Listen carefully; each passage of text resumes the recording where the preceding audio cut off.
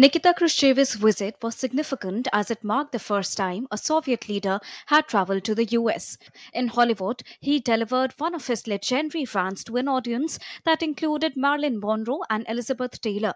The summit concluded with a statement that the two superpowers worked towards talks on disarmament and on the status of Berlin that the Cold War had divided.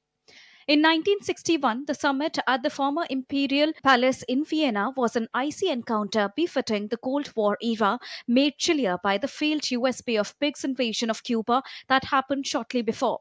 Berlin was top of the agenda, but 2 months later, the wall dividing the city would be built. A year later, the Cuban Missiles Crisis brought the world to the brink of nuclear war. The Vietnam War cast a long shadow over the Moscow summit that would prove key in ushering in the period of detente between the two superpowers, as they signed the SALT and ABM weapons control treaties. In a joint declaration, Richard Nixon and Leonid said peaceful coexistence was the only basis for mutual relations in a nuclear age.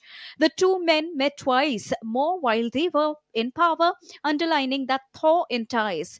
But relations would later chill again with the Soviet invasion of Afghanistan in the year 1979. In 4 years, Ronald Reagan and Mikhail Gorbachev had four summits. In their first encounter, Reagan was still berating the evil empire, suggested he and Gorbachev go for a walk to get some fresh air by Lake Geneva. When they returned, the talk was of chemistry. Reagan found Gorbachev very comfortably, very easy to be with. At the third of four summits in December 1987, both the powers agreed a treaty to eliminate their short and intermediate range nuclear missiles. Boris Yeltsin was welcomed as a friend by his American host George Bush in February 1992 during his first visit to the United States since the Soviet Union's collapse. The two were at pains to forge a close personal relationship as a basis for economic cooperation between their countries, but also to continue reducing their nuclear arsenals. Bill Clinton and Yeltsin held eight summits during their terms of office that overlapped during most of the 1990s.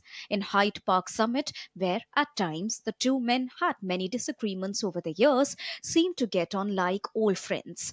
The summit brought no breakthrough agreements, but a remark at a news conference lightened the mood and caused Clinton to burst into uncontrollable spasms of laughter.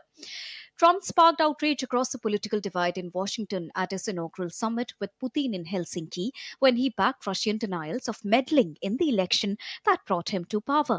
The pair championed a fresh start in relationship, coming out of their meeting expressing a desire to talk again on global challenges after discussing an array of issues from Syria, Ukraine, and China to trade tariffs and the size of their nuclear arsenals.